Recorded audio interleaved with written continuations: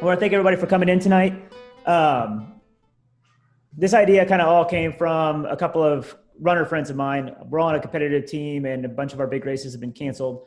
And so we had talked about starting to do Zoom calls and things of that nature and kind of talk about running and different races and strategies and things like that. And I thought, hey, this would be great to kind of bring over here, especially with Road to Iran being delayed. There was so much fire and so much passion and sharing of knowledge leading up to that. And I wanted to keep that going. I want to give special thanks to Sir Crispin for helping organize the Zoom meeting. He has been absolutely fantastic. And an extra special thanks to Duke EikBrandr and Duke Laurelen here, who are going to provide some great presentations.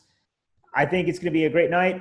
If you have any projects you're working on, be sure to save that for the open forum. It's going to be, hey, having beers, talking about 14th century stuff. That's going to be fun. If you have any questions regarding the actual presentation that's being given, please hold those. We will have a short Q&A session after each presentation, talk about those directly, and we'll handle everything after that. So with that being said, I'm going to hand it off to Duke EikBrandr here and let him talk about vision and breathing, or not, in the Bascinet. Okay, everybody. I'd like to thank the Honorable Lord Roderick Hart for getting this all put together and having the vision to do it and do that work, and Baron Crispin and Baroness Gianna for their admin work and their techie stuff that they're doing so well. I'm not that techie, so I'm, ever grateful for all of you other guys that are. I am going to be doing this class for vision and breathing in bassinets, and the basic idea for my class I put together is can a period style bassinet with a clap visor or a side pivot visor ever get close to seeing and breathing like an SCA bar grill or a wolf rib grill visored helm, while still maintaining a period aesthetic? A lot of these experiences that I've had are jointly because of the help and advice and ever-present 14th century wisdom and intellect of His Grace Laurelen, my friend. So thank you, sir. And I also have some pictures in my slides of not only my helms, but also, hey Carl, of Sir Axel and Sir Gregoire's helms. And I'd like to thank them for their input and the use of some of their pictures in my class as well. So the only disclaimer I'd like to make is that I have not really done a lot of extant research on actual museum bassinets and the examples of potentially those bassinets that are using some of the modifications that I've come up with and using on my helms, which we'll get to in detail here in a little while. All right, so without further ado, Crispin, if you could start my slideshow with picture 1.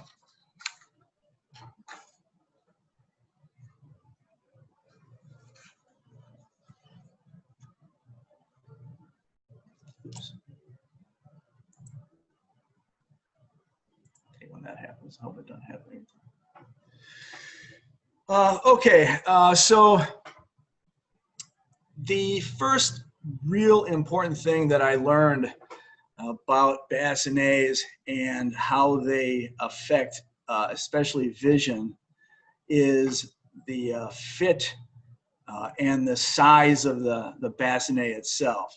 So the picture you see here is my Michael Russian Armor's side pivot bassinet that I got from him. And when I got it, it had all the padding in it. And so when I put it on, this is a side view of me wearing it. And you can see in this picture that other than my nose and mustache and chin, there's no eyeball available to see, and therefore the peripheral vision is completely cut off, not necessarily based on the visor, because the visor's up, but because of the opening in the casque, in the helm itself. So this is nothing that any of us want to have available. or on our helmets. Crispin, the next picture, please. So this is a picture I stole off the web, and you can see the gentleman wearing this particular bassinet. You can see how deep set his face is into that bassinet. And so therefore he's going to have a lack of vision as well. Next picture, please. So now we get to my first bassinet, or my steel fighting bassinet. And you can see now the face in that profile. You can see my eyes and my eyebrows and the, you know, that full face. So you can imagine now how much more vision I'm going to have than those other pictures if I hadn't you know, modified the padding. This particular helm was made for me by Shamrock Armory, and it came and I had to do a lot of revision steel metalsmithing work on it to get what you see there. But it really gives me a lot better chance based on the position of my face and my head in the bassinet to have a much better opportunity for vision. Next picture, please.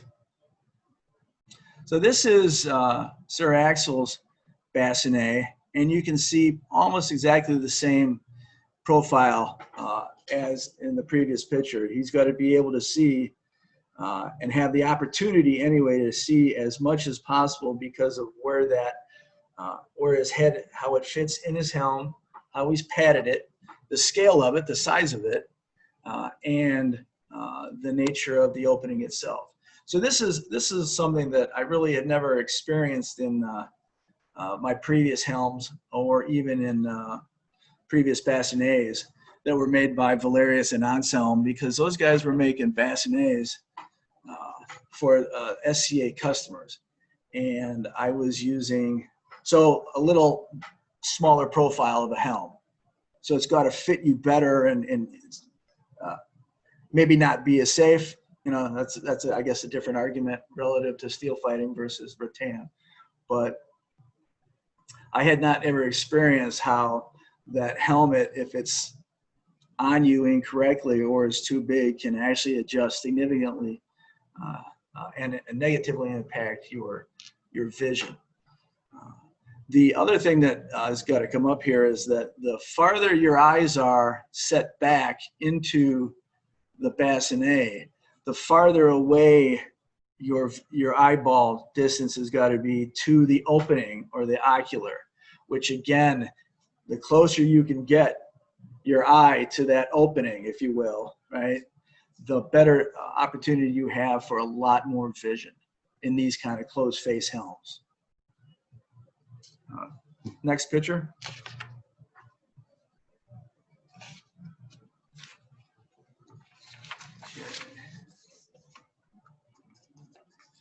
So another thing that affects vision in my experience in a bassinet is the front opening.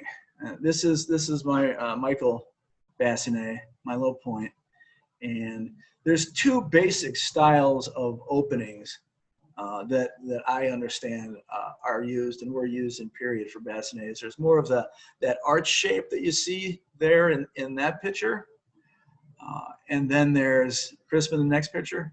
And then there's more of the kind of squared off flat spot above your forehead, and then kind of comes over to the two corners with the radii to kind of transition that down to the rest of the helmet. Crispin, can you go back to the previous picture? Yeah. So in this particular helm, not only was I having a problem seeing because the way it was originally padded, it had my eyes quite a bit back in the helm, but this particular style of arch was also, and still does actually cut off a lot of my peripheral vision. My peripheral vision originally, when that helm came and I just put it on, I only had vision out to about here. You can imagine how aggravating that was. And then as I started making modifications and padding things, I slowly opened it up.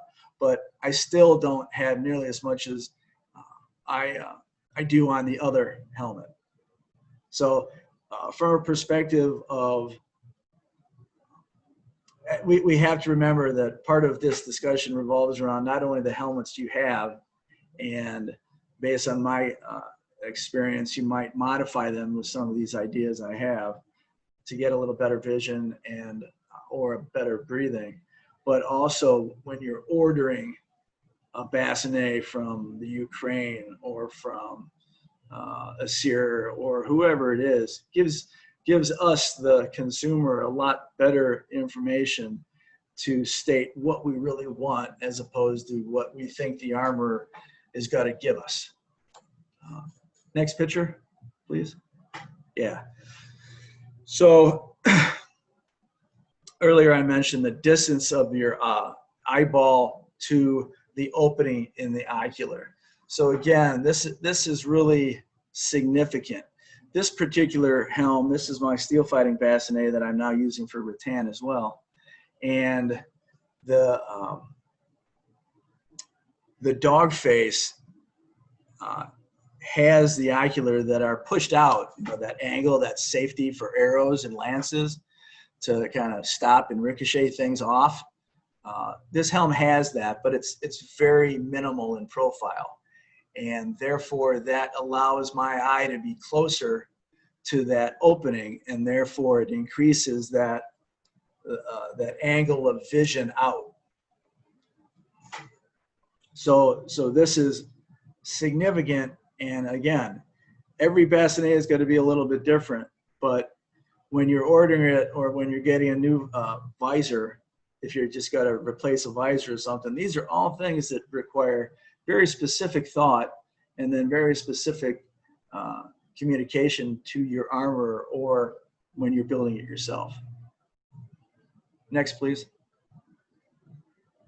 So in this particular helm, this is my Michael helm, and with the side pivot down. And by the way, I love this helm. It's an excellent helm, but I've made a lot of revisions to this helm to allow me to see and breathe in it better. And I'll get to those all together here in a little while. But you can see the ocular in this helm is much, the safety angles for that ocular are much better at protecting me being farther away from arrows or lances. But in the SCA, we don't use the sharp arrows or sharpened lances, and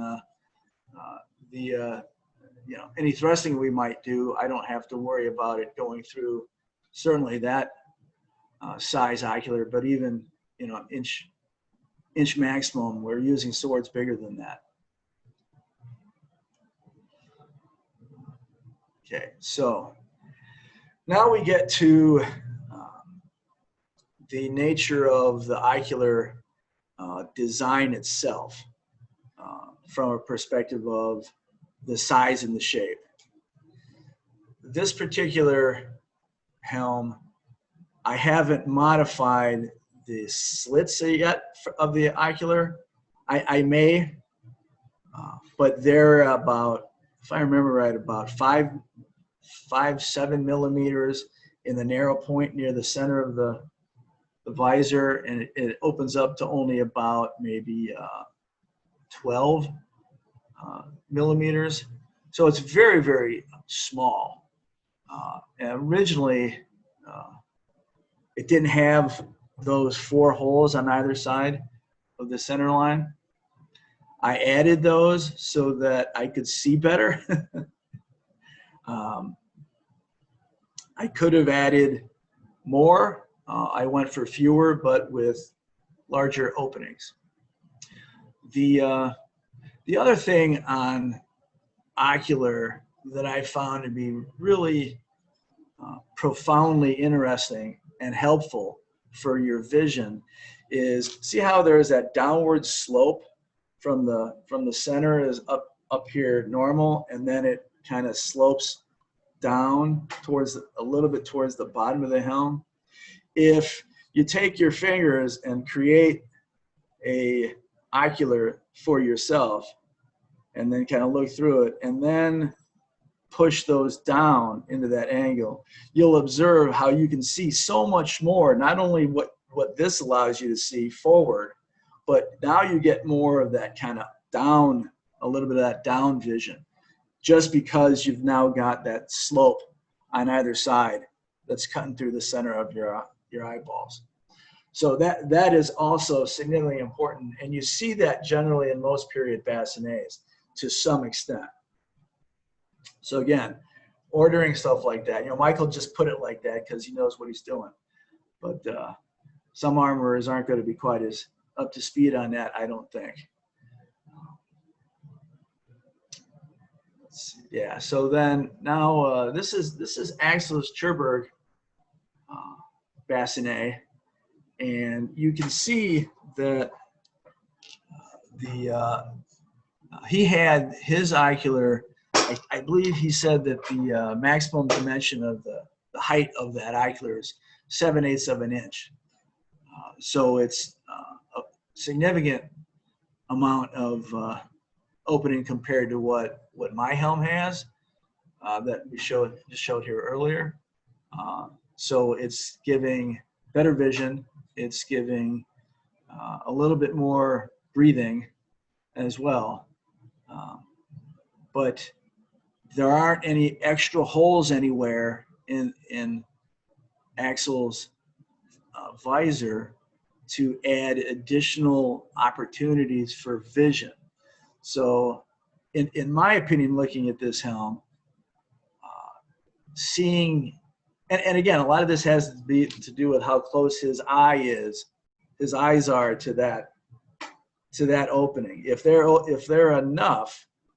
close enough, he might have some down vision, additional down vision, but without any holes of any significance, even the little breather holes on the left side of that picture, we're really not able to see anything else unless we, tip our head down, which can get you killed.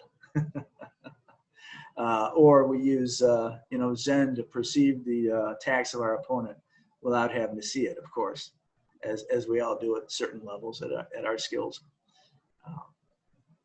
But that's a really nice helm, and Axel has told me that he really likes the vision in that. So that's good.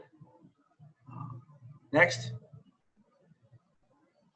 So now we get to Sir Gregoire's helm, and based on a little bit of my discussion here, you can already start to understand how poor the vision is got to be in this helm.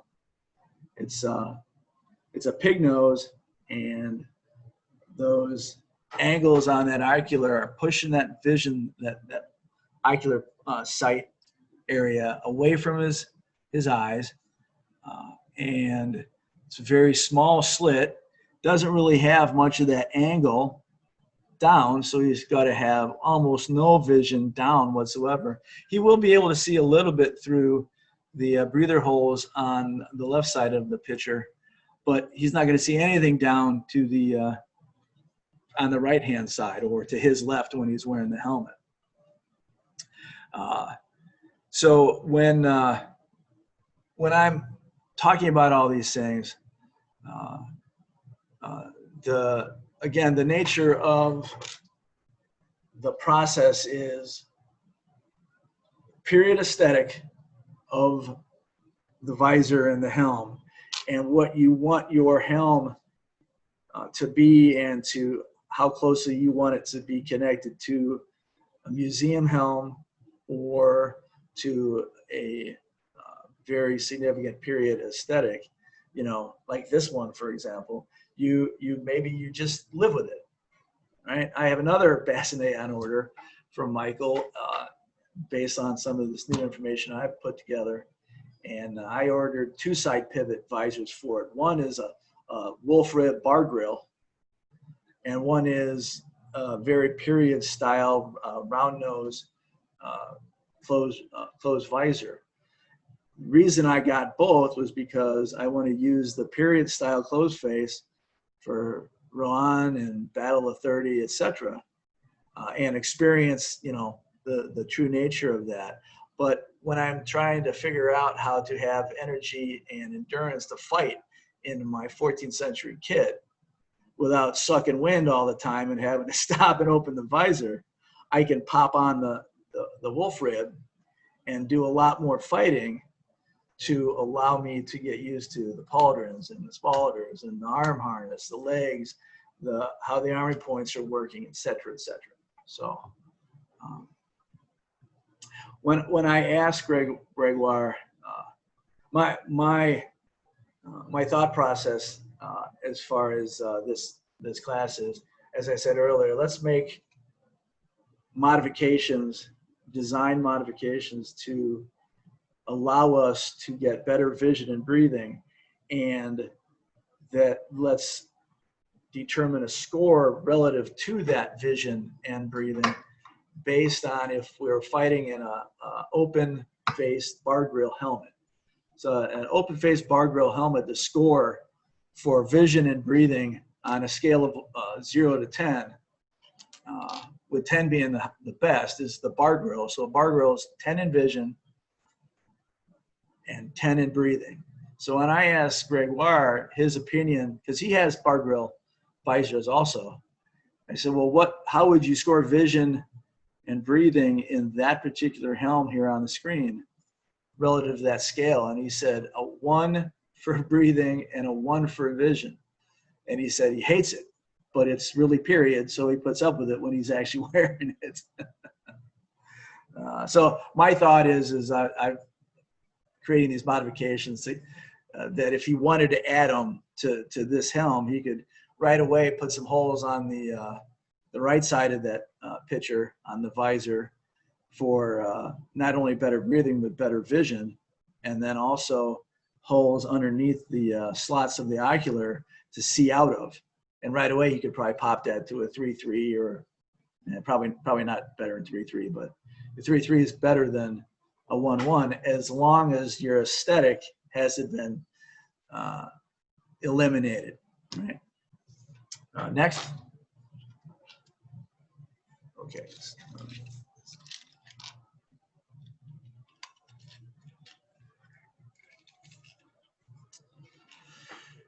Okay, so now we move to breathing in a bassinet.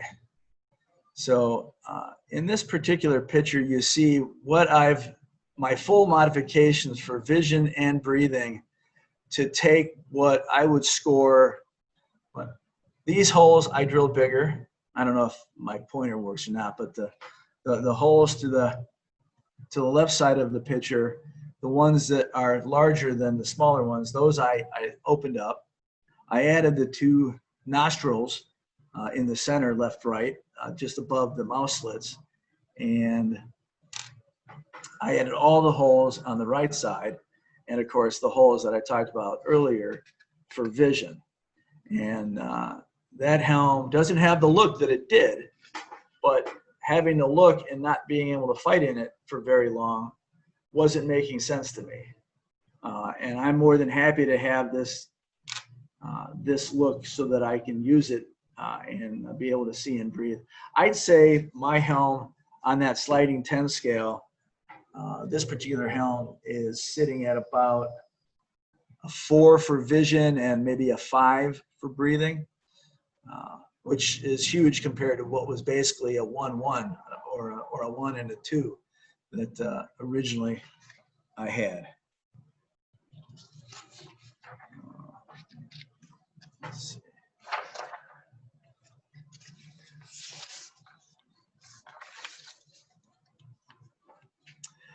Some of the things that affect breathing when you're in a bassinet are the shape of the visor itself. I've found that like this dog face, when it was really close, it's really close to my face, and before I opened up and added all these holes, the exchange was very minimal. There was a lot of heat that was coming off my breath and blasting into my face, and very likely there was more, there was an additional amount of CO2 that I was having to, that exchange of fresh air wasn't as normal and as we have to breathe as I am right now. So I suspect I was having a little bit of roughness in breathing because of that as well. But when we go to a pig nose, right, or a larger snouted visor, that additional airspace in there starts to help breathing only because there's more airspace in front of your face.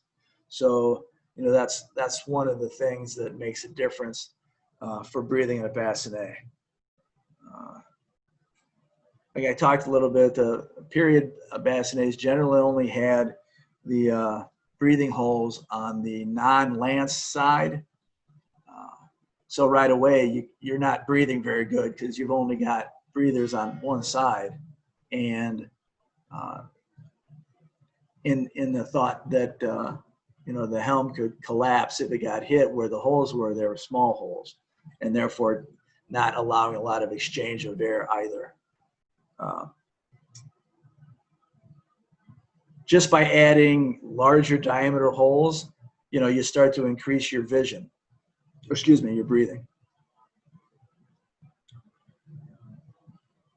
No, go back to the other one, Crispin, please. Yeah, so this particular helm, you can see the vision I have. I added those 2 end slots and increased my vision, my peripheral vision significantly.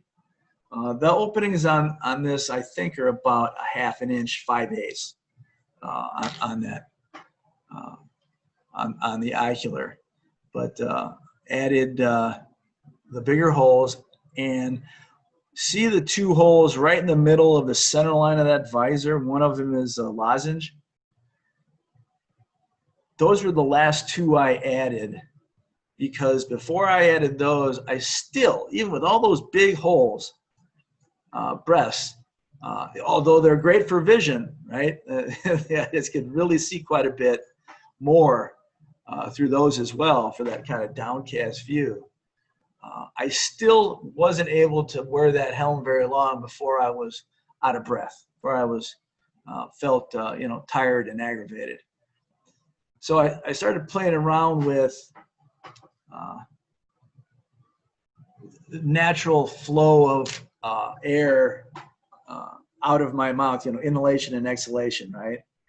And makes sense, of course, but it's directly out and it's directly in is the most efficient and normal method that we're used to and how we breathe on a daily basis. So this particular helm, even when I would force myself to direct my breath elsewhere to try to shoot it down, the bottom of the helm, that visor, or try to target some of those holes to eliminate the air more successfully out of that visor, it still wasn't very effective. So I thought, what, again, this is an old beater bassinet. I'm learning, and I'm just going to add 2 real big holes right in that center line, just like you see here, and that increased my breathing ability. I would say 75% percent. Just a real significant amount. Obviously, I haven't been fighting in a closed face helm very much my entire fighting career. They were bar grill bassinets, or they were, Viking Vendel helms with a little bit more openings for breathing right down that center area, like my Vendel 14, it's right in here. So I've never developed the stamina, the breathing stamina, or even the spiritual stamina for less breathing, as I know as Grace Laurelen has, because he's always fought in a closed-faced helm of some sort. There's certainly also, when it comes to breathing in a helm, no matter the design or shape or whatever, if you're in better shape and you've really done a lot of work, especially, like the ACL BOTN guys that would, wear face masks while they worked out because they were forcing themselves to get used to less breathing capability and therefore have better breathing shape. But in this case, this really helped me out a lot, and it's doing it for me now. I like fighting in this helm as much as a bar grill, really.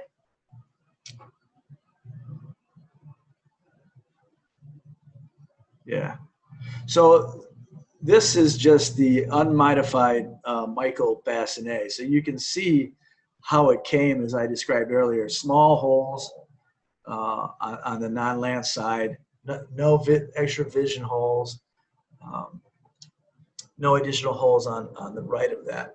And as I described earlier, that was really aggravating. I'd fight about 3 fights, maybe 4 fights, in that full kit too, right? But and I'd have to, step aside and open the visor or pull the helm off and breathe normal for 5 minutes. I haven't discussed, and I will now, my very minimal experience. It revolves all around just this Michael helm, the mouth slits that we often see on pig nose and more pointed dog face style visors, presumably, in my opinion, to ease breathing. And those slits didn't help breathing at all. In my opinion, they just look good. Again, if I learned to direct my air out of them, it probably would have been more helpful. And I'll still try to teach myself to do that, of course. But actually, Crispin, can you flip back to one of the pictures of the open face where you can see the Aventail on the face? Yeah, one more. Yeah. So the other thing that I wanted to discuss real quick, and then I'll be done. I'm about at 30 minutes, I think, is how in my opinion, how the Aventail can affect vision and breathing. So really for vision, if it's too close to your eyes up in here, it's actually acting as a blocking agent for peripheral vision. Most of that, though, is corrected as long as your face is correctly placed in the cask relative to the earlier discussion of head placement. On the other hand, breathing, you can see an additional problem I have with this helm. This is how it came. I haven't modified it really at all for the Aventail. But you can see that my breathing has got to be restricted to a certain extent just because the padding of the Aventail and the position of those on my face so that my center line of my eyes can see through the slot on the helmet puts me already in a restrictive condition to not only breathe, but also it makes it harder to talk, right? You got another, can you flip again, Crispin? Yeah, so then this helm, this Aventail I put on years ago myself. I don't have a padded Aventail garment for it. It sits in a way that my mouth is completely open. And even if that chin area had more mail in it, I'd be able to breathe through the mail because there's no padding. Right? Might lose a little bit of comfort level. I haven't found that to be the case in this helm at all. And with this Aventail arrangement this way, but that's another consideration is how your Aventail is built. If we flip back to, there was a picture a couple forward. Yeah, thank you, Crispin. It looks to me that Sir Axel might have a little bit of an issue with how his Aventail and padding could be restricting him as well, although it might be farther away from him. And not nearly as significant as what I feel mine is.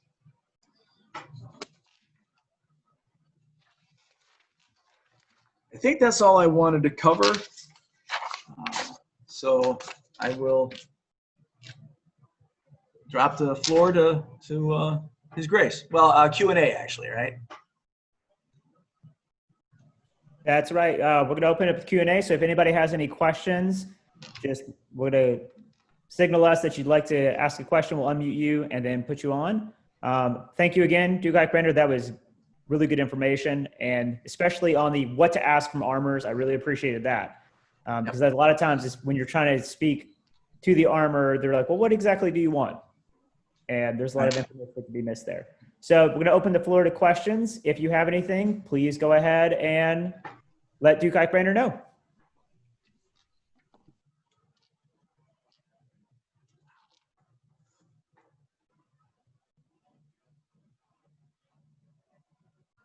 My class is so good, there's no questions. Yay. Hello. Hey, hey guys.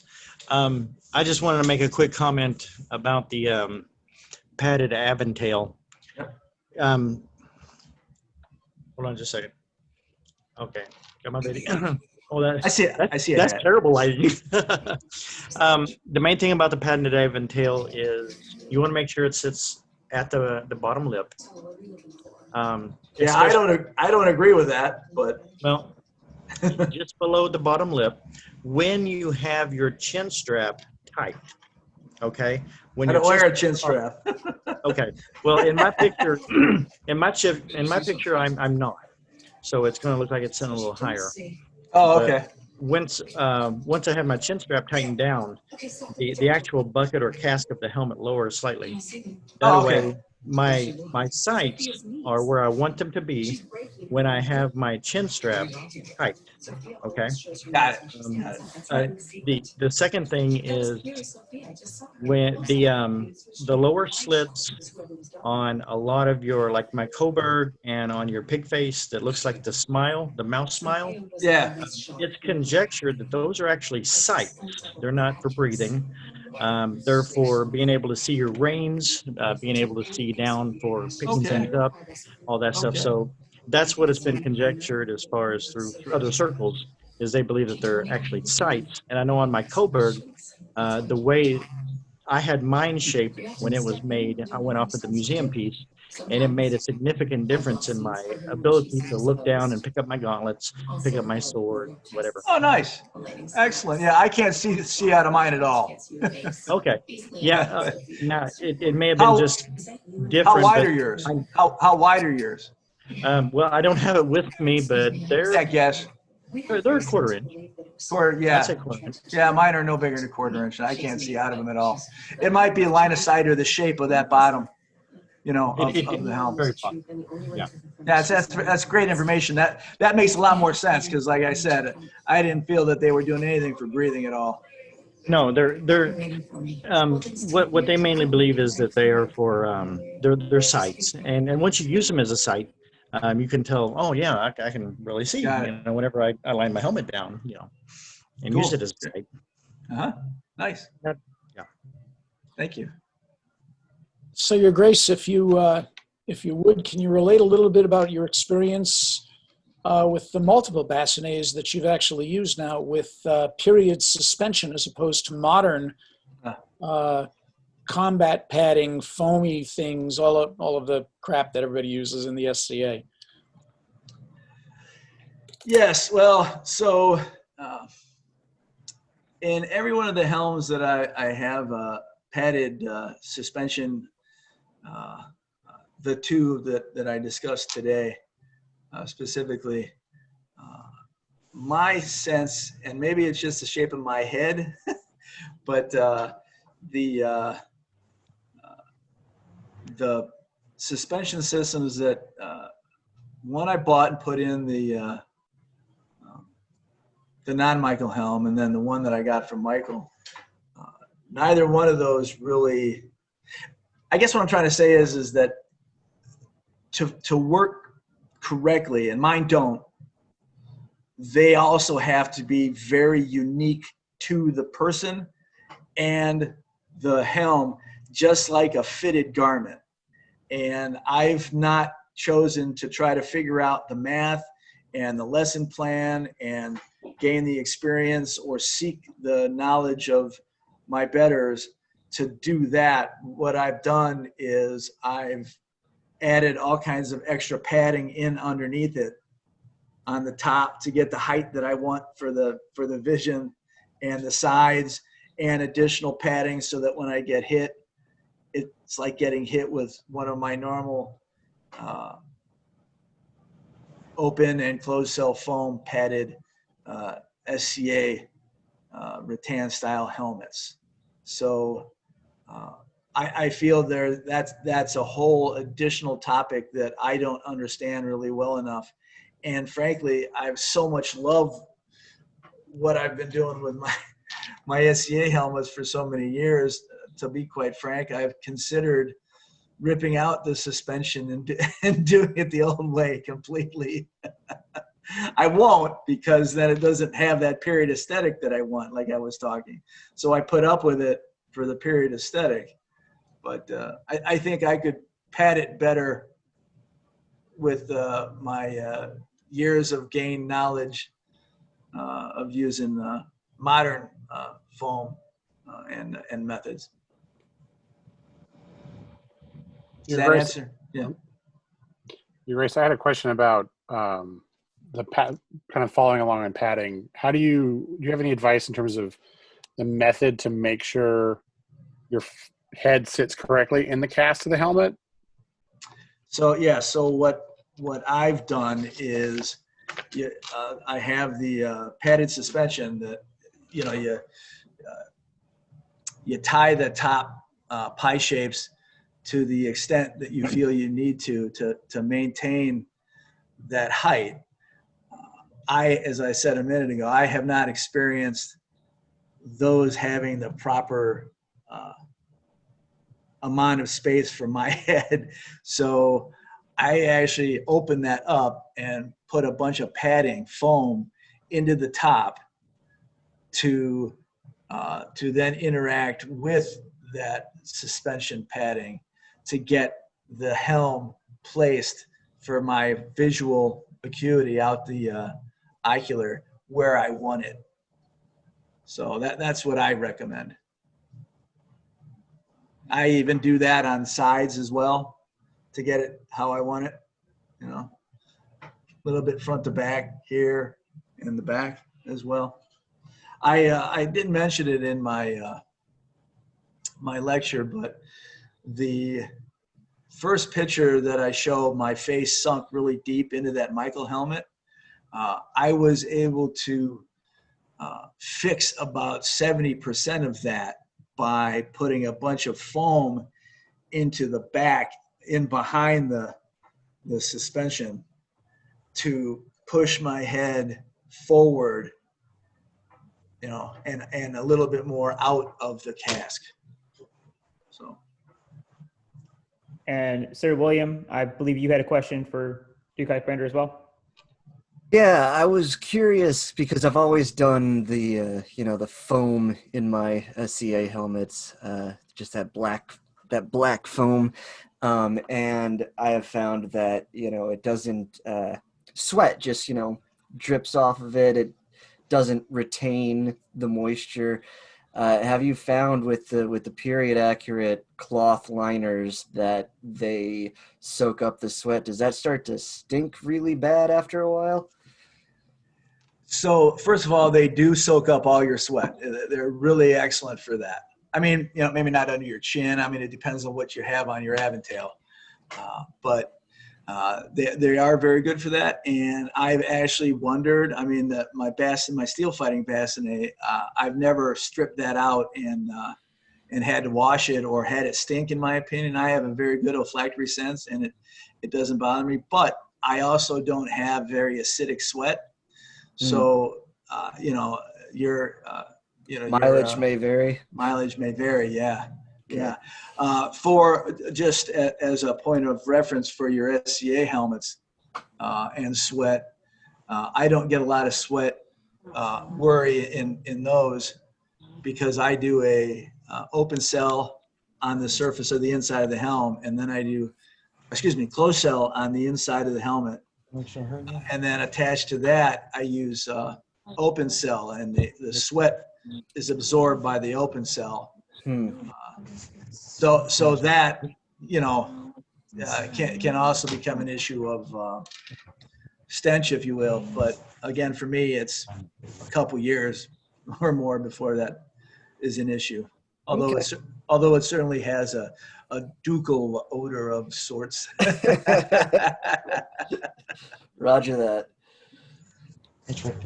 So I know for me, I use a suspension liner, and it does great on sweat.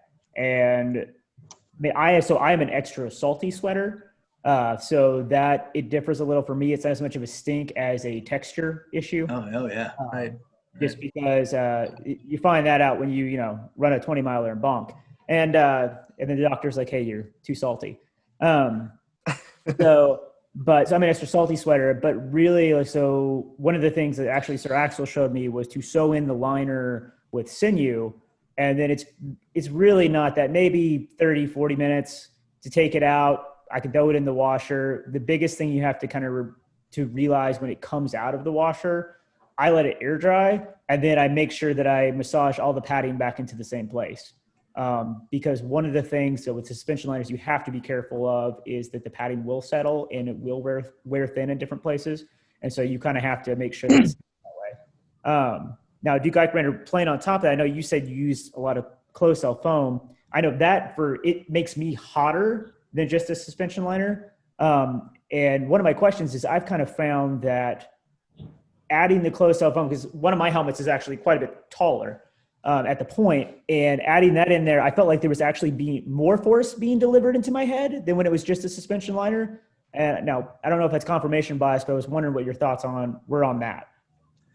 I would suspect that's correct, because that's the whole purpose of that aspect of that suspension, is to absorb the blow by having that suspension. So when the helm gets hit, it kind of spring acts, right? Just like you're saying, as opposed to all that foam that strikes, it pushes down, and it's more hitting you as it's slowing down the force of that, the kinetic energy that force has been applied based on that sword cut.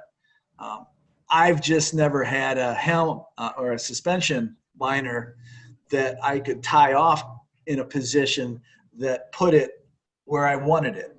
Yeah.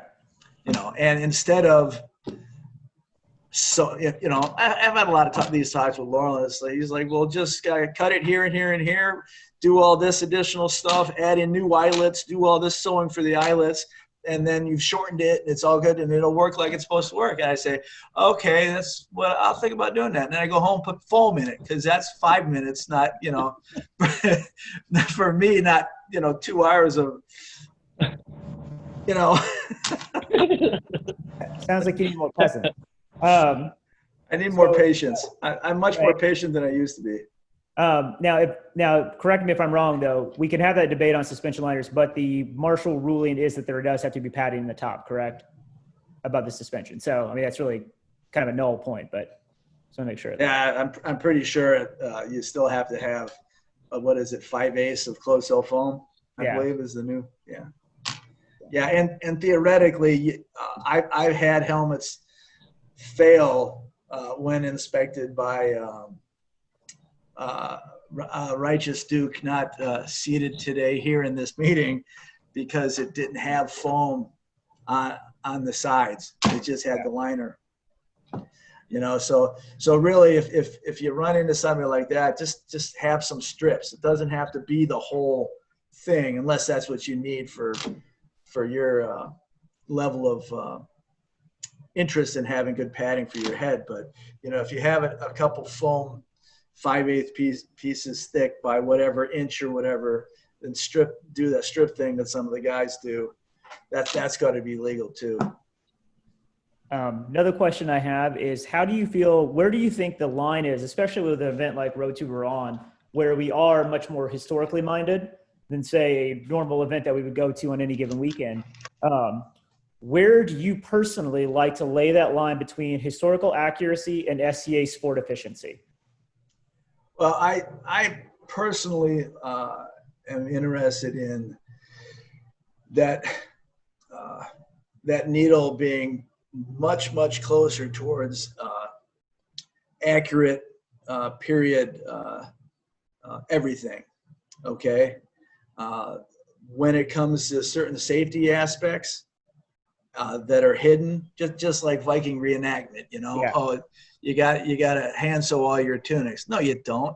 The ones that are hidden that look like, you know, that are never going to be seen, that, Yeah. you know, I don't see a need for that unless you just really get off on that, right?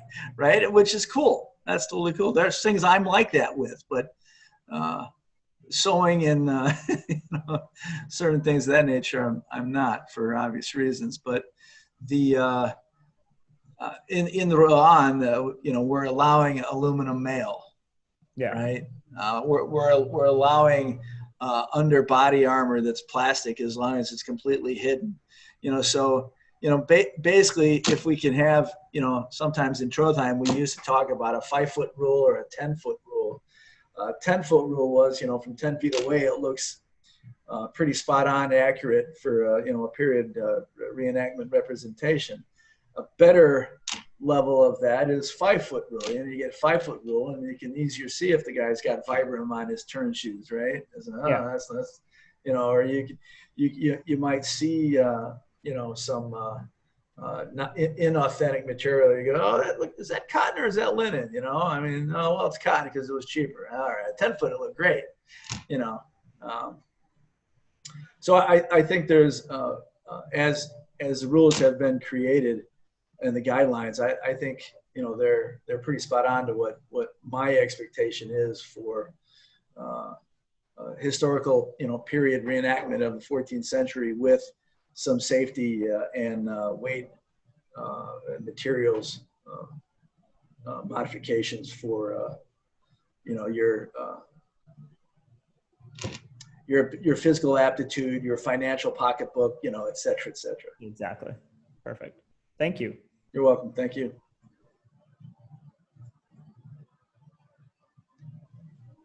All right. Does anybody have any other questions that they'd like to ask Duke EikBrandr?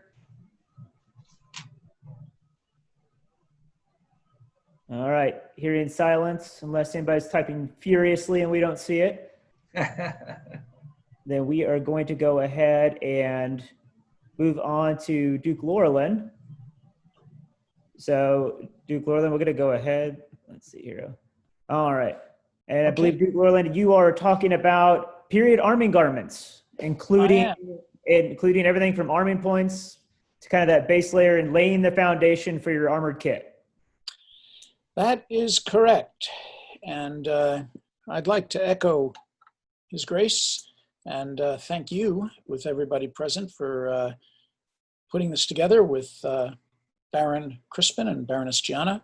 I hope that this will inspire others with various experiences or expertise, whether it is in the SCA or something authentic, whatever contributions may be inspired by offering these while we have the opportunity to do so.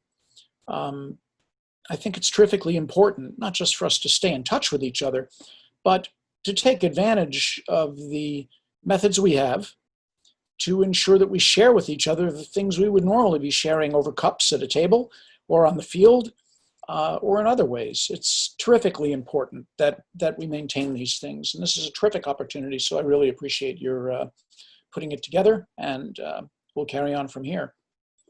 So in any case, I will assume everybody can hear me, and I want to talk about arming garments primarily of the 14th and into the early 15th century. It's one of the most important elements for modern medieval combat, and it's also the one that's actually paid the least attention to, especially in the SCA. So, oh, by the way, I should ask, seeing as how my screen seems frozen with Roderick on it, are we in speaker mode? Can we hear everybody? Can everybody hear me? Please let me know if you can.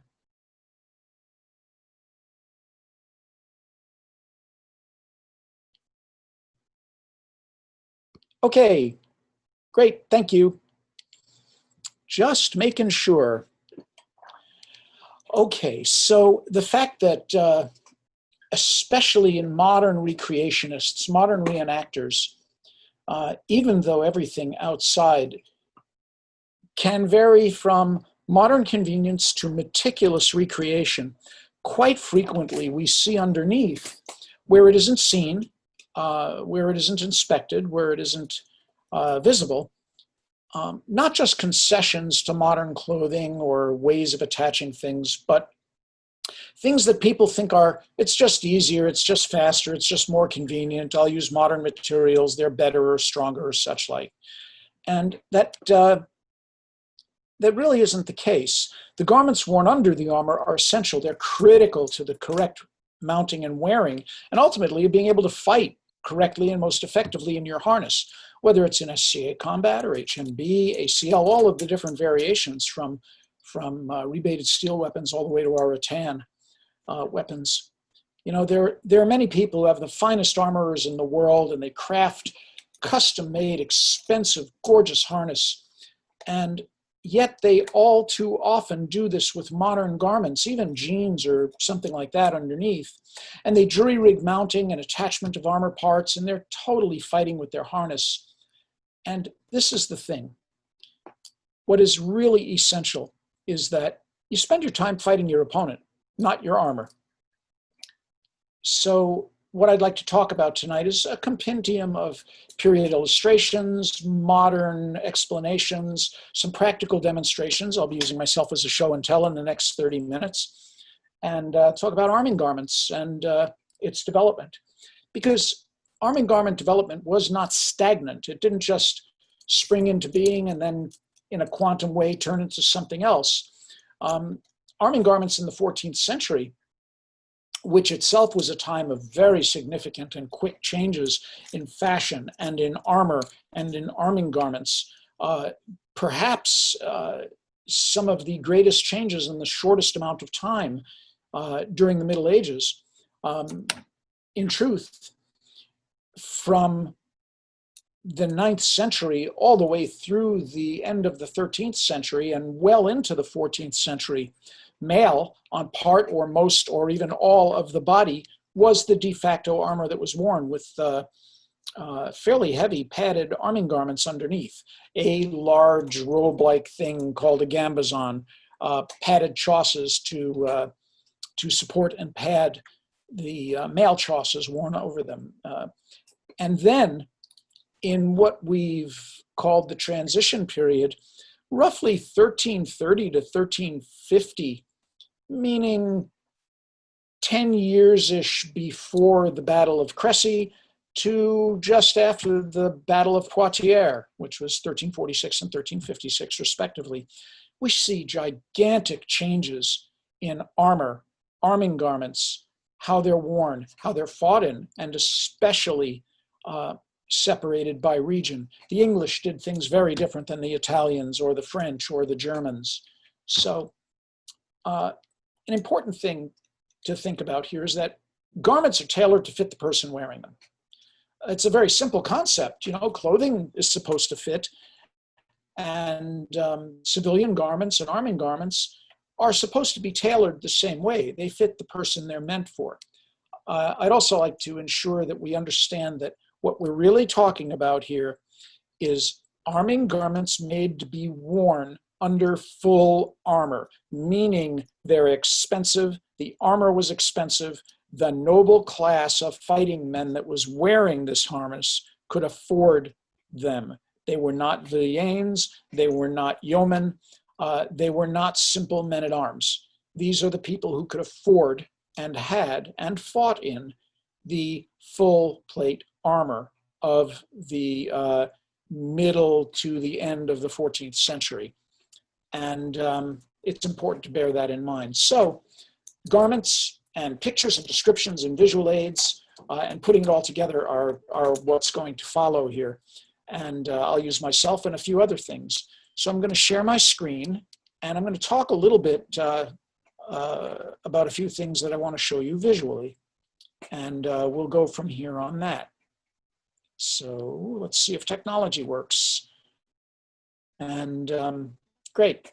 So also, I have uploaded actually a complete paper with all of the information that you'll see here and that I'll talk about tonight into the Facebook page, the Company of the Golden Star. And you'll be able to see all of the information there. So what I want to cover here is, okay. What I said a moment ago about the tailoring and the fit of arming garments, they really come out of the tailoring and fit of the civilian garments of the knightly class.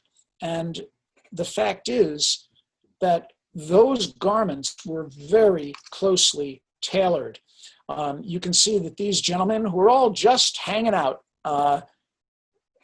enjoying themselves, are wearing the fashions of the middle of the 14th century. They were prevalent when the narrow-waisted, broad shoulders and broad chest of the average fighting man of the time were what were emphasized, and that was the necessary way people looked. But to draw your attention to things, you'll notice that all of these gentlemen are wearing coat hardies.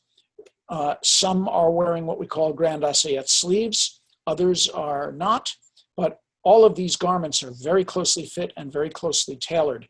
The hose that they are wearing, of course, you can't see them pointed up around their waists, but they too are very closely fit. Another view here of a good number of gentlemen just hanging out basically at a courtly event, much like we do in the SCA. What's fascinating is to note some of the gentlemen are very slim and trim and obviously very fit fighting men of the time. And yet the gentleman in the bluish purple right in the middle and the gentleman two over to the right from him, they are wearing a much looser, older style of coat hardie, possibly because these men were no longer as fit as they once were, or that is just their demeanor, but that is an older style. So where we go from here is a well-known example of one of the few extant complete garments of the mid-14th century. This is the famous pourpoint of Charles Brois, and people show this all the time as examples of gambazon or something like that. And it's extremely important to understand that this is not a fighting garment. This is a civilian garment, much like you see the gentleman wearing in the previous slides. And when you look at these guys, they are wearing that kind of a thing. What's really important is to note that this is not only one of the few extant garments, because it belonged to a king or a duke, but it's also one of the few extant garments that actually has its points in it. Those points are not for armor. Those points are for pointing your hose. The points on the front, the sides, and right at the center of the back are for tying hose, because a gentleman wore his hose completely tied up, and it reached all the way up to the center of your back, just your hip level. You could not see the braise, not in polite society anyway. So what about arming garments then? Well, one of the first things that we need to talk about, I'm going to stop sharing my screen for a moment, is then if the supposed garment of Charles Brois is not an arming garment, how do we do things? So let's start at the beginning with an arming garment, which is just getting dressed. the arming garments of the 14th century grew out of the arming garments that existed really from the 10th all the way through the beginning of the 14th century. Everything goes on in layers, just like our clothing does. You start with your small clothes, your underwear, then a pair of brays, in other words, shorts that cover the small clothes. After that, hose, shoes, a shirt. Above that, sometimes a pourpoint for the hose, or sometimes your hose is pointed directly to your cote-hardie, as the châle brûlé is. However, for arming garments, your small clothes and brays and hose and shoes and shirt, sometimes a pourpoint, and almost always a thing called a lendenier. And a lendenier is very much like a hip belt. And everything from there mounts the lower body armor. So before continuing on to describe and show these garments, there's a few comments I want to make. I want to reiterate that hose is always pointed to an upper body garment. Upper body garment can include a lendenier, a belt of some sort, and whether it's pointed to a pourpoint, which looks like a vest, or to the lendenier, or to the hips of the braise itself, which also happened, the hose, which must be correctly made and fitted, is pointed at the front, side, and back of the garment, so it doesn't fall down. Worn properly, there aren't any gaps, you can't see the braise or the small clothes. By and large, villeins wore unpointed braise. You see this in many period manuscript illuminations. Workers in the field, even hunting companions, not the esquires of the hunting knights, but the beaters, the dog handlers, they may well be wearing their hose rolled down, but not the gentleman. Also, a word about joined and separate hose, because these are both things we see today. And this brings me to another comment I want to make. Some of what I'll be showing you as we carry on here will be some modern, alternative, and good interpretations or useful clothing, and others are good recreations of exact period. Joined hose and separate hose are a great example. In the modern recreation of the 14th and 15th century clothing and harness, many of us, myself included, prefer to wear modern joined hose. Now, joined hose actually didn't come into being until the end of the first third of the 15th century. 1430, 1440 is when you start seeing it. In other words, they look like tights or modern joined hose that you can buy from any of the reenactment groups. They are proper for any time from the first third of the 15th century on, but they didn't exist in the last half or earlier of the 14th century. However, they are very convenient for wear with both armor and civilian clothes, and I would never, myself, berate anybody for wearing modern joined hose, which is a good recreation of period joined hose for a 14th century armor.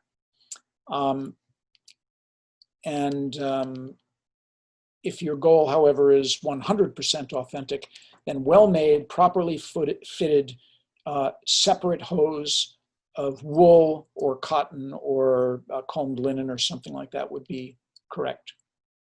So what we want to talk about here is to consider the next pieces of armor. And I've mentioned a lendenier. And a lendenier looks like this, or some variation of this. By the way, where I have stolen photos from online, I am going to do my best to ensure that I credit those people. So on this slide, you can see this lendenier was made in a study and is worn by Ian Laspina, who is on YouTube as Knight Errant. His research and studies are superb. He has gorgeous 14th century harness and clothing, and he's done a really great paper and research on the lendenier by itself as a piece of arming garment. So it's available online, and I have it that I could send to anybody as a PDF as well. So this is a perfect example of a lendenier And you'll note that it is gamboised, meaning quilted, and it has sewn eyelets for lacings and sewn eyelets for the arming points to go through. I'll be referring a lot to points, and I'll talk a little bit about how they're made, but I will also say that I have already uploaded to the Facebook page company of the Golden Star a paper on the use and tying of authentic knots with arming points. So Mr. Laspina's work here shows exactly what a lindenier of the period would have looked like, at least a really good conjectural recreation from documentation of it. One of the things I'd like to say is that without trying to present the whole history of the lindenier, it goes back documented well into the 12th century.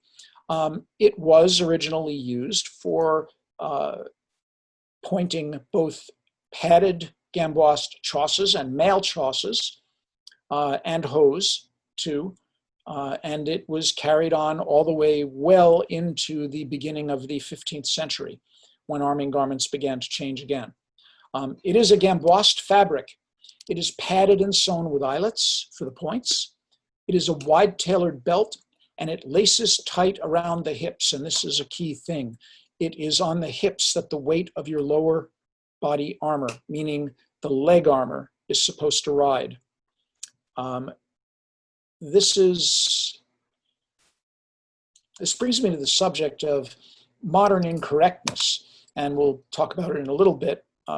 We see really good examples nowadays in the SCA in particular of people who've tried all sorts of modern ways to hang their leg armor. They use suspenders, they use a modern military deuce, they use seat belts, weight belts, all kinds of variations of vests that let armor hang from the shoulders. And none of it's correct. So I will say here what you'll hear me say several times once again. The people in the 14th century were smart. They did things the way they did because their lives depended on it. They didn't have time, inclination, nor could they take the chance on things failing or not working right or fighting their clothing. And even today, modern military ruck, that weight rides on your hips with your hip belt. The shoulder straps are only to keep it positioned so that that high center of gravity rides low on your hips.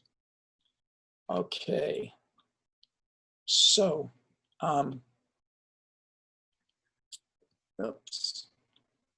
yeah, these are some other examples of lindeniers. They are all conjectural constructions, and they're all just as valid. One of the reasons we know that lindeniers take some form of padded fabric gamboised quilted material with arming points and eyelets and lacings is because we actually have, at least in England, the rosters and documents from the Lindeniers Guild. And there was open conflict between the belt and purse makers and the lindenier makers, because belt makers were making what they called belts out of leather, but they were really lindeniers, and they were selling them to people, fighting men. And there were all kinds of lawsuits in the 14th and 15th century, and there were, of course, then official rules put together. So the lindenier you see on this slide in the bottom center shows their little belts on it. That is a modern recreation of a lindenier, but what that cannot do is allow you to tightly lace the thing comfortably around your hips. Now, many people say, well, you know, I don't have a narrow waist and hips and that kind of a shape, so that won't work on me. Human body's a fascinating thing. When you put something that's correctly made for the person that needs to wear it on that person's body, and it's put on correctly, then we find out these things work very well. So I'm going to carry on with a a couple of more pictures and then I'll put myself back live again. I've taken a picture from the Arm Street catalog because many times people buy armor and clothing and things, and Arm Street's a perfect example of modernism injected into the medieval. But what we're seeing here is actually correct, and it's correct because of an essential reason. If you take a look at what this model is wearing, her lindenier has an extension that goes down, and the canvas of the lindenier and the eyelets for mounting the points go underneath the leather of the leg harness. And the point ties the leg harness to the lindenier. This is an incredibly important element of mounting your leg armor correctly to your arming garment. Your leg armor, your arm armor, shoulder harness, floating cooters, whatever you might have. Using arming points to mount armor requires one essential truth. Armor does not hang from the body. Armor is tied to the body. You'll notice there are no hangy strings or length of lacings allowing that armor to move around. It is tied down firmly. And on this slide, I give a couple of examples. Now, either of these two models, the one on the left from the website and the one on the right just came from a Pinterest posting. I have no idea who the young lady is. I would credit the photo if I did. However, they're good examples of correct and incorrect and a modern pourpoint being worn with armor. Now, these modern pourpoints actually do recreate a period pourpoint. They look just like that. But those pourpoints were virtually never seen as supporting armor. I'll use the word never in quotes because we shouldn't use always or never. But the important thing here is that we do not see any extant examples anywhere in manuscripts or illustrations, at least that I know of, and that's my big caveat that I know of, showing a pourpoint with leg armor being suspended from it. However, it's a reasonable use of this garment if it's done correctly. So what's wrong with this? The guy in the red pourpoint on the left, notice there are long lacings hanging down to the leg armor, which actually means the leg armor can rotate around and wander around on your leg. And when you sit down, it rides up. It doesn't stay in the right place. Also, notice that it's not tight around his hips at all. It's just laced up, and all of the weight of the armor is actually hanging from his shoulders. The young lady on the right, however, wearing leg armor, pointed, the armor is actually pointed to the pourpoint. Now, she has the pourpoint tight all the way up her body, but it's very tightly laced up her hips and all the way up her midriff and up to the very top of the pourpoint. So it's obvious that the armor does not ride from her shoulders. It actually puts the weight on the hips. She has some kind of a loop system in this, and that too is not necessarily authentic. However, what is important and what is authentic is that the leg harness is actually tied to the pourpoint. It can't move anywhere. Ideally, she could unlace that pourpoint all the way to about her navel, and it would still support the leg harness exactly as it's supposed to. And that's what's very important. All right, I'm going to stop sharing my screen if I find stop sharing button.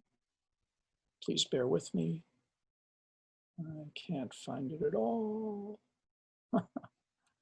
Oh, that's not what I wanted. Forgive me. All right. Good. Okay. I hope everybody can see me live again. So one of the things I'm going to do here is I'm actually going to stand up and I will show you what I'm wearing right now, which is a good amount of my armor.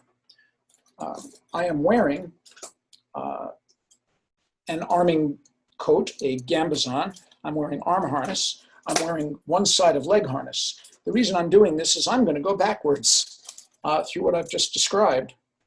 So what I will show you is,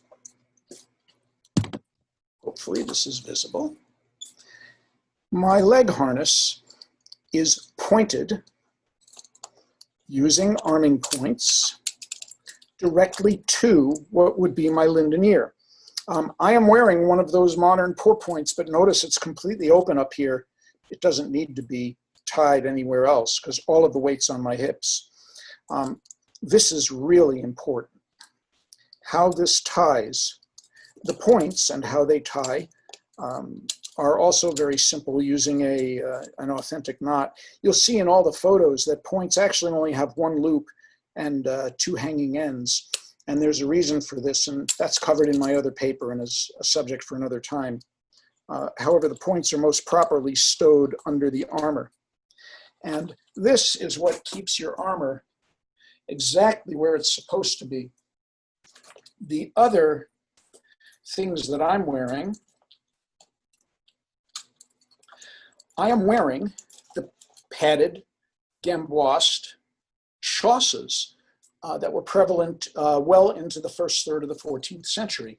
This isn't point, and it would be pointed to the holes, the eyelets, underneath, and it would hold it in place. This garment, the padded chausses, is very light. It's a single layer of batting and a single layer of cotton on the outer and the inner side. And you can see right here, these are the points that hold up the chausses that are under the armor. They act as padding and keep you from chafing. And this brings me to some of the important and well-known period things. So if we're using a Linden ear or a pour point, what about our leg armor? Once you put it on, we have to figure out, well, how did they do it? Well, if they were wearing padded chausses, you had good padding and prevention of chafing against your knees. But in the 15th century, from 1450, the Hastings manuscript that so many people have seen, and quote, "How a man shall be armed for his ease when he shall fight on foot." Talks about all the things you need to bring to the field, whether it's 5 bottles of wine and 5 loaves of bread or what you need to wear. But one of the important things they say is he shall have his hose and a pair of short bulwarks of thin blanket to put about his knees for the chafing of his ligarnus. Ligarnus is leg harness. In other words, a pair of wraps made of light wool to wrap around his knees to prevent chafing. By the middle of the 15th century, this is what they were using because the leg harness was being worn directly over the wool hose. Gamboised chausses or cuisses were generally no longer used by then, but into the 14th century, there are some manuscript examples that actually show the artist has painted gamboissing on the inside of the legs, which means that that particular guy was very likely wearing very lightly padded chausses under his leg armor, because like me, I would rather not have the steel chopping up my nice hose and banging into my legs unprotected. And aside from me in combat, fighting rattan and steel, I have been hit thousands and thousands of times in the legs, and the steel over these light gamboised chausses is not only adequate, but excellent at stopping the impact of weapons. And I have no trouble at all. So the blows against the steel and then the chausses themselves depend on again, one important, really, really essential thing to remember. Everything should be tailored to fit you. Your leg harness shouldn't be flopping around. Your arm harness shouldn't be flopping around. They shouldn't be too big. You want the impact to be stopped on your armor and not, some fraction of an inch away from your body to slam the armor itself into you. It's a really important thing to remember. So having given you some of the details of the essential body components of armor, I want to talk a little bit about upper body armor, arms, arming points, and how these things work. They work exactly the same way leg armor does. Here's my my arm armor. It is pointed directly to my arm. The eyelets and arming points that one sees on the arm are matched to the arm harness leathers.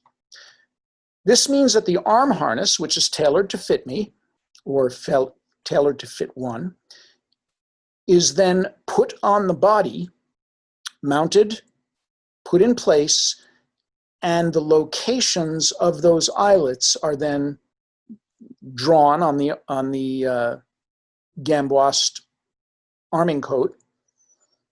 And then those eyelets are sewn in place so that the arm harness will mount directly to it. Notice it does not hang. It's tied firmly and solidly and can't move around on my arm. That's why the arm harness stays exactly where it should. And it's really important.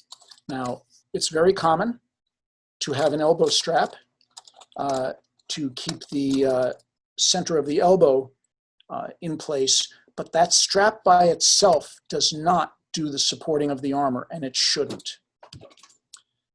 The same thing for shoulder harness that's going to be mounted. You might be able to see that there are arming points, eyelets right here, and certain types of 14th century shoulder harness would be pointed there as well, in the same way.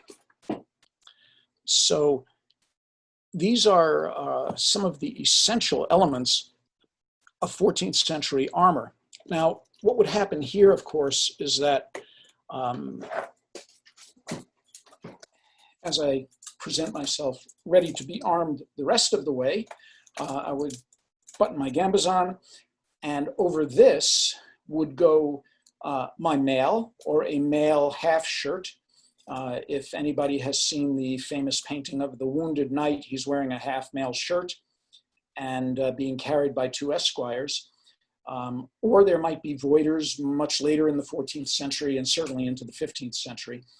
But in many cases, a mail shirt was just put over this, or a mail skirt, or if there was a falde and breastplate to be put on, that would come next. After that, all that remains is the shoulder harness pointed to the correctly made and fitted arming garment, and of course your helm. And what this does is ensure that we understand that the best made armor will not protect someone correctly if it is not mounted to correctly made arming garments. And this is one of the most important elements of understanding armor. So for all of the people who are looking to join us in Road to Rouen next year, or perhaps come and fight at the Combat of the 30 or any of the deeds of arms that happen at Gulf Wars or Estrella or any of these other places, or who, like me, want to explore the authenticity of it to understand more clearly what our forebears did and why, as they risked their lives in mortal combat, they wore what they did and fought the way they did. And there are many more elements to this kind of an exploration, for instance, of the 14th century and 14th century harness. We also look then at correctly making rattan weapons into things that much more resemble and behave like 14th century weapons. Discussions, as His Grace EikBrandr offered, on bassinets of the period of the 14th through 15th century. But all of it requires a very, very solid foundation, because above all, and once again, it has to be remembered that those fighting men of the medieval world, they put their faith in well-made armor and well-made garments to mount it. They were smart. Their methods were practical and logical. They had to. Their lives depended on it. And I hope this has been a helpful introduction for everybody. So Roderick, that should cover me. Thank you very much, Your Grace. We're going to go ahead and open up the Q&A portion of this. So if you have any questions, just go ahead and put them in the chat there, and then we'll be happy to unmute you, and then we can ask those in person.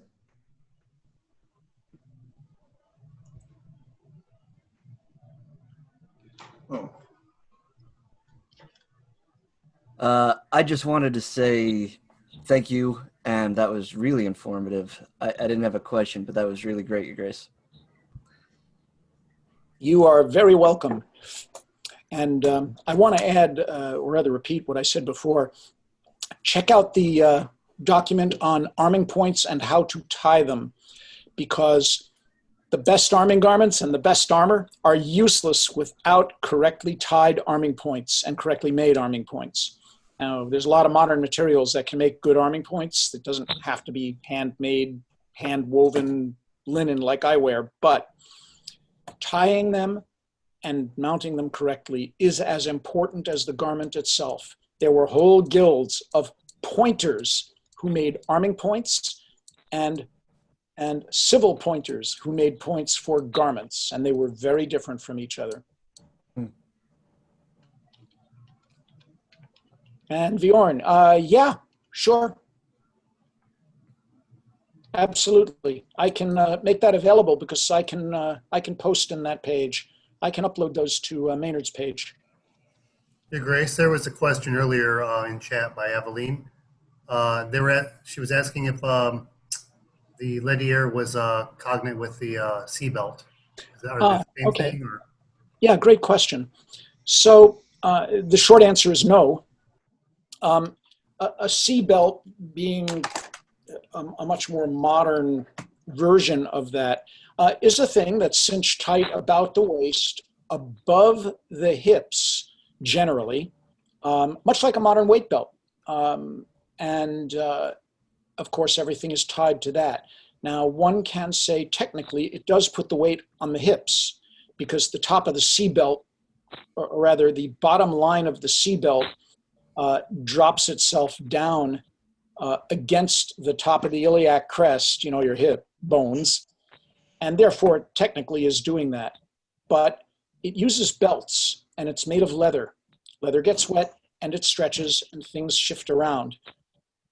So it is a modern alternative that is very useful for people.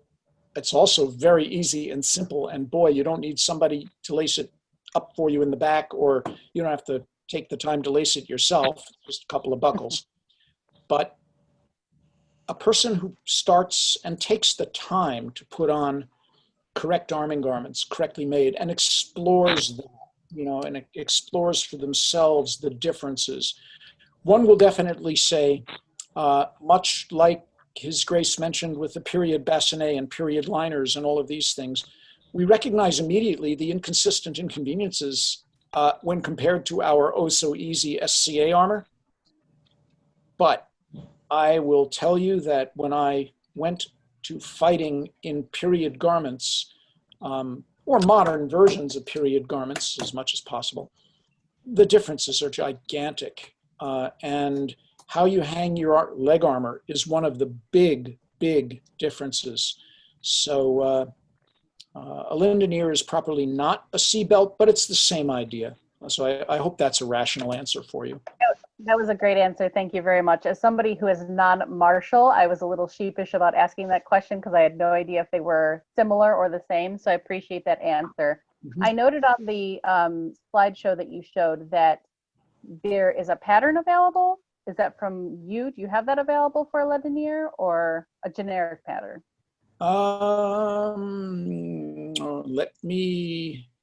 Let's see. Let me share my screen and put that back up. Where did we see there was a pattern available? And I'll answer your question. Just a moment.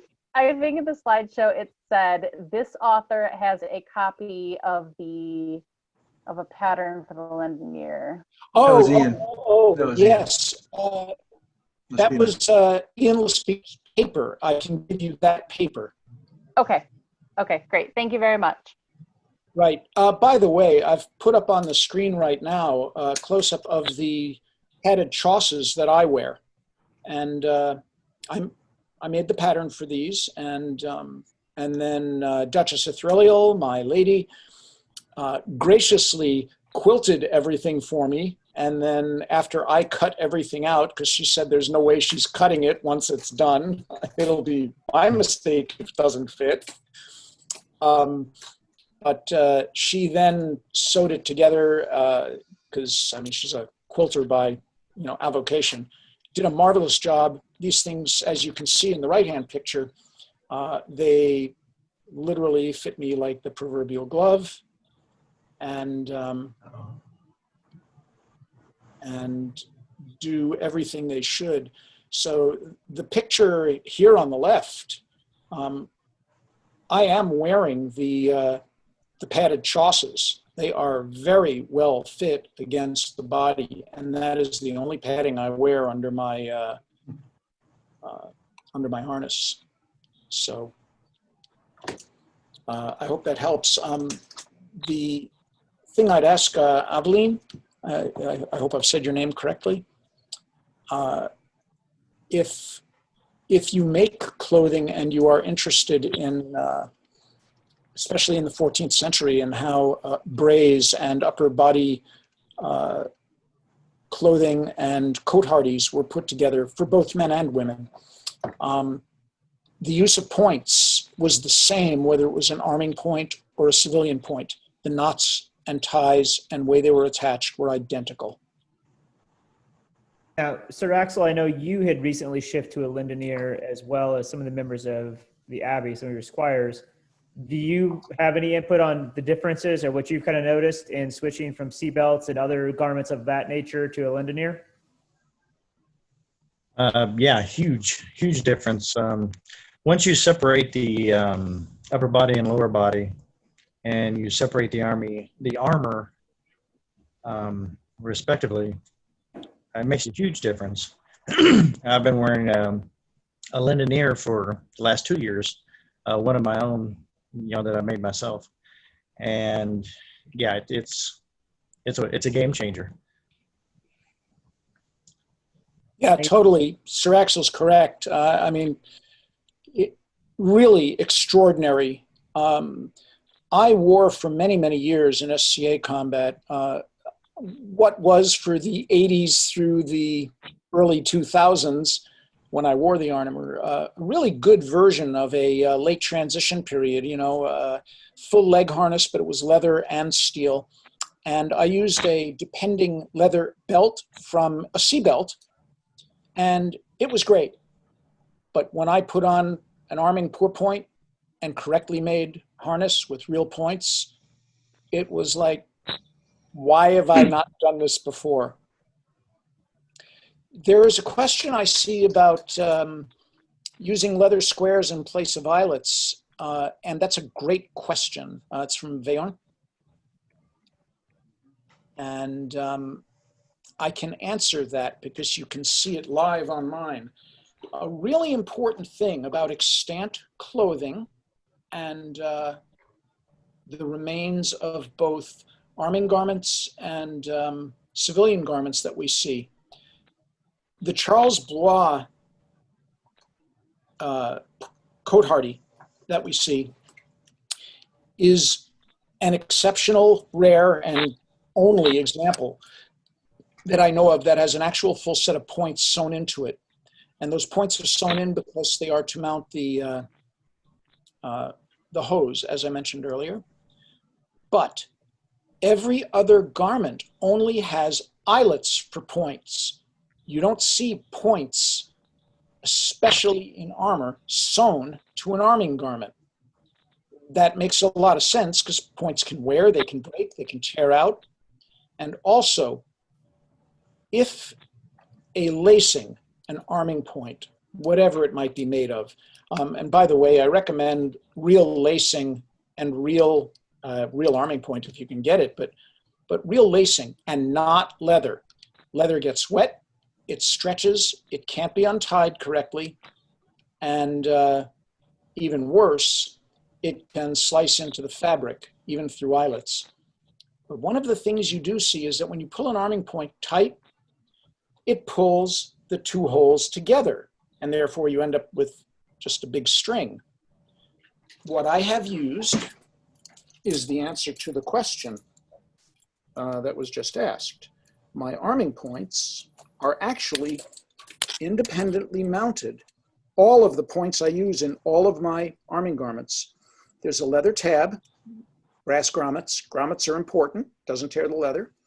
These arming points pass through it, and then the arming point passes through, let me change so you can see, passes through, in this case, on my chausses, the holes from the inside, and it pulls the leather against the fabric of your garment. The same inside my arms on my arming coat, the same inside my lindenier or my pourpoint. And then you can tie the knot. And this is the actual arming knot. That's all it takes to tie it. And it does not pull the two holes together. They remain where they should.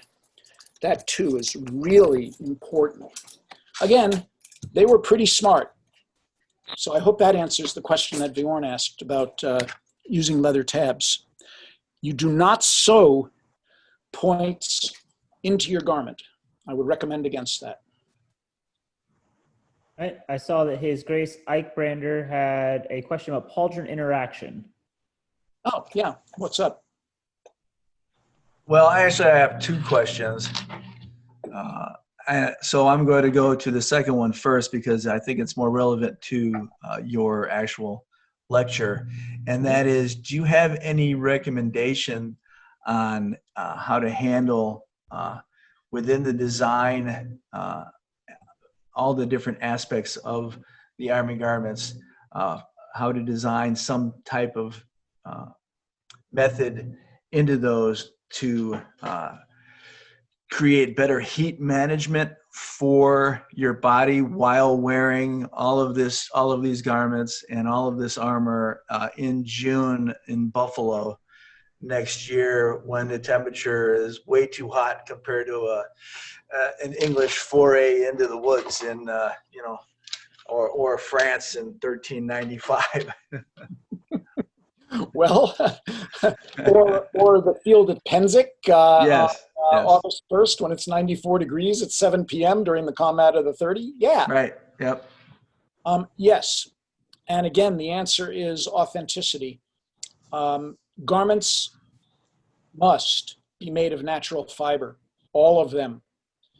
All of your fill, your batting, cotton or linen or wool, but cotton in particular, to make your arming coat, your gambazon, your padded chausses, your hose, even the underwear you wear, which is probably modern, especially with modern protective gear for groin armor. All of these things should be natural fiber as much as possible. And now, as far as special additions for heat management, I will say that I've never experienced a problem with that. I know others are much more heat sensitive than I am. I'm not a great example of normal, and I understand that. And I never have been. I know EikBrandr's probably sitting there laughing at me at this point. But You're an elf. Yeah, exactly. I'm not like men of my age to begin with, but nonetheless, throughout my entire fighting career, all the way back to the very beginning of it, 43 years ago, every one of my arming garments, even when it was just plain old Scottish stuff, all of it was natural fiber. Yeah, you're going to sweat a lot and it's going to get soaking wet. But if you wear anything with modern synthetics in it, you're basically wearing a plastic bag, an easy bake oven. You need to use natural fibers. Now, as far as other things like, do you put holes in things or wear modern wicking things underneath? Yeah, for the person who needs to or can take advantage of, some of the modern Under Armour stuff, for instance. Okay. Yeah, those are certainly advantageous. That takes the water off your skin and wicks it away. But here's the thing. Those are meant to be worn so that there can be radiative transfer. Now, the physicist in me's coming out, you're supposed to have convective radiative transfer for things like the Under Armour stuff to work, to wick by capillary action and cool the skin. Even if your outer garment is soaking wet, sweated through, and you're wearing steel over that, like my body armor is, steel plate, I'm Kappa Pi. If you were to wear a modern wicking material underneath, that would be of some help to help cool you, because it would transfer heat through the water that's being wicked. But I don't have any advice as to modifying garments, Okay. some way, shape, or form, perforation or something like that. But absolutely essential that it be made of natural fiber. Okay. Cotton, that kind of thing. Right. Thank you, Grace. And then I had a question, and we have already spoken quite a bit about pauldrons. Mm-hmm.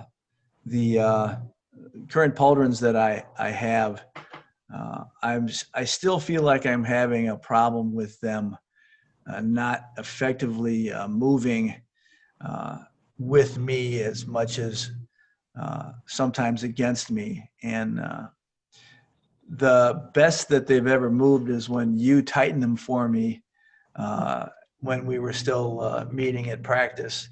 Right. Those many months ago. And I was wondering if you remember that, if you could share that with me so that I could teach my squires what to do for me. Because you did it and I said, that's good. But I don't really know exactly how to describe what you did to an Esquire or Runa for that matter to be able to do that. So I'll describe what I did, and I remember the evening when you asked me about it. The simple answer is, once we positioned where your points were on your shoulder. Okay. And now that doesn't change, right? The Right. points on your shoulder are where they are. Right. But I made several adjustments, one of which was to the straps on your body armor that night. Mm-hmm. As to where it was riding. Okay. And that put it in the right place. I don't know if you've made changes to that or not, but that was one of the things I did. Yeah, I changed that. Yeah. But the other thing is where your points were located. Then once I made that first change, your points were where they needed to be, which was high up on your shoulder. Yep. And then the most important element of this is that your shoulder harness was brought again, just as I described earlier, so that it was tied down to the point with no extended string. And it was tied down with the correct arming knot so that it wouldn't move. And therefore, the pivot point up here is where your shoulder mounted, and it totally freed your rotator cuff motion. Right. Okay. So again, it's too much freedom in how they're tying the point. So there's slack, if you will, in that arming position, and therefore it allows that thing to move too much forward and back, and then starts to interact and lock up with other parts of my armor. Okay. Yeah. Mm-hmm. Yep. Okay. Thank you. That makes a lot of sense. Thank you. Cool. Yeah, Anybody else? Grace, I was wondering if you could also adjust. I think one of the things that I've seen, especially in SCA and things like that, is we're talking about heat transfer and staying cool. One of the things I've noticed is that a lot of people tend to have a love affair with the Michelin Man look, where some of our arming garments are actually over padded. Oh, And yeah. that affects the heat transfer in itself. Could you speak on that a little bit? Yeah, that's a great point. That's a great point. So I'll use myself again, and I'll button this up. This garment, by the way, is 100% cotton. It's commercial. I bought it from Revival. It was $120. You couldn't make a 14th century gambazon or cotehardie for that much, especially because this actually has the Grand Assayette sleeves. And that too is an important thing. So watch what happens when I raise my arms. And the answer is nothing. The garment doesn't go anywhere. It doesn't pull up. And that's because it's correctly made. But the important answer to your question is, I'm relatively trim, but the thing is, this is very thin. It's not very thick at all.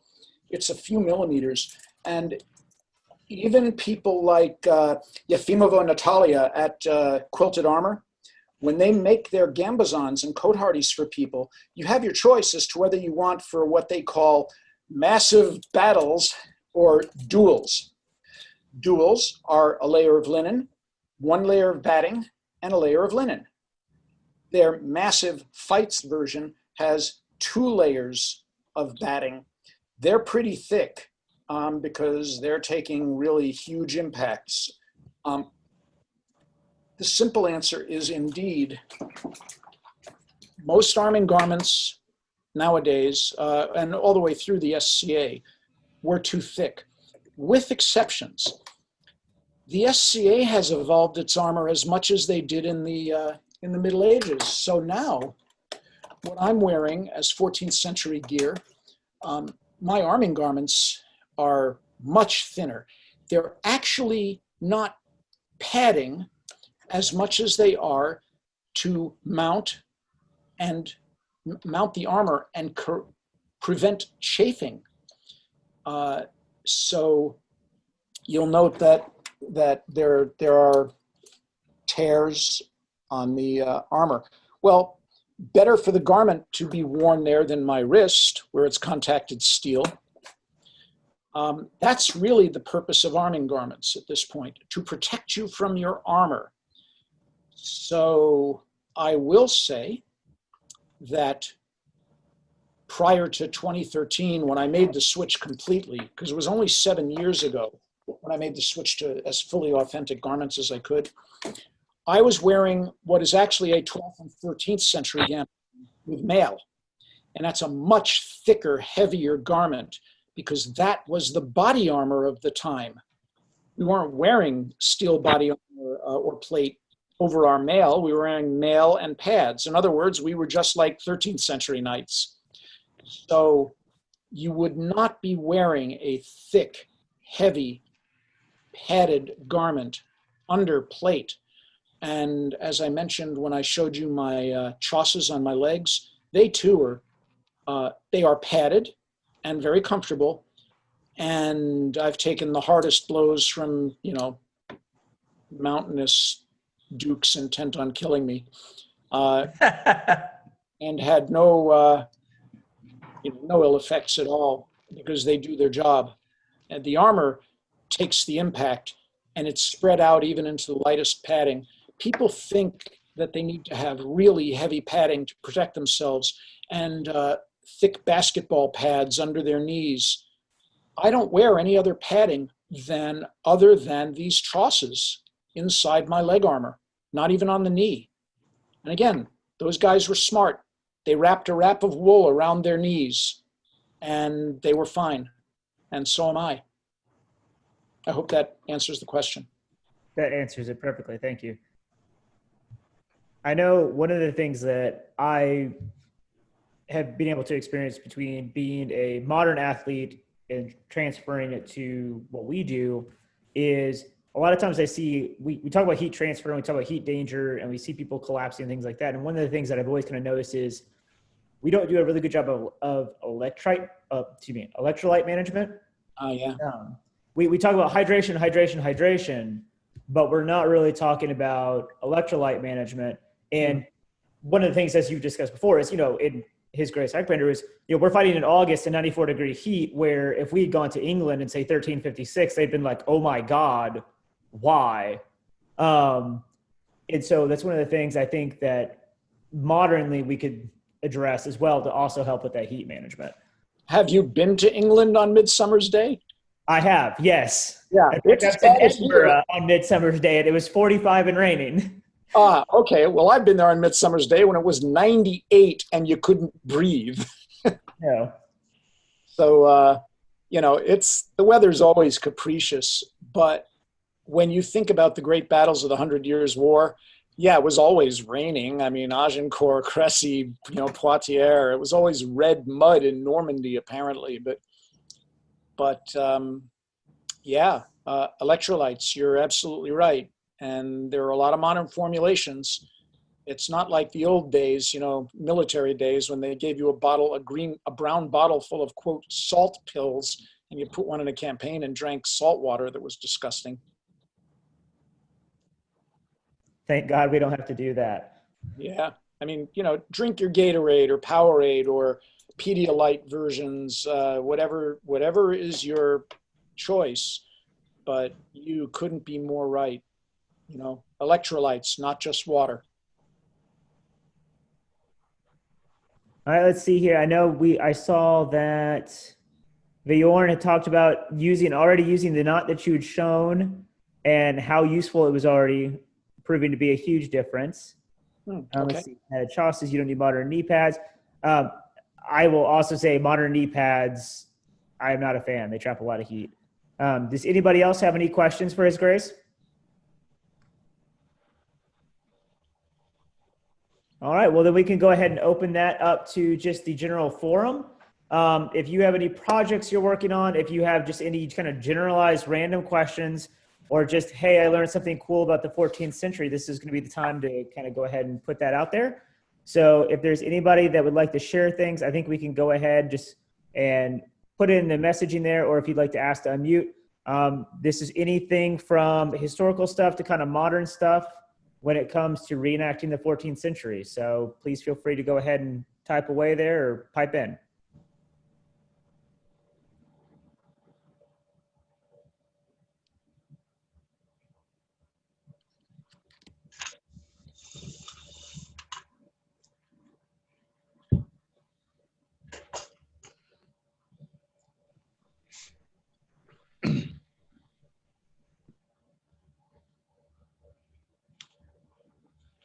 Silence.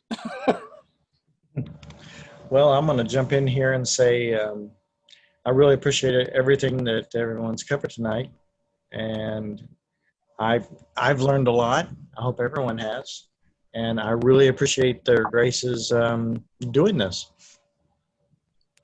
You're very welcome, sir. Okay. One thing I would like to kind of move forward in doing, if everybody's taken care of here, one of the things I would really like to do, Bjorn, before you go, I am very interested. If you ever want to, I'm going to hope to do another one of these, to share this with the French group, please, by all means. So if you're in 14th century, I'd love everybody to come in and participate. One of the things I would like to do is, if you have any ideas, whether it's on the event page here, or if you want to put it in the Order of the Golden Star or something of that nature, if you have people that you would like to hear from, I know I've actually been talking to Ron Meyer from Cliffside Armory there, our host of Road to Ron, and he said he'd be willing to talk. But there's other people you'd like to reach out to. I'd love to have continued talks on this on an episode 2, maybe 3. If you have any projects, if anybody also has, I am personally building kind of a library and things of that nature. If there are anything that anybody, whether it's research that you're wanting to do, books that you think are a great, lecture series that you would really think or even, hey, these are great places to go ahead and buy arming points.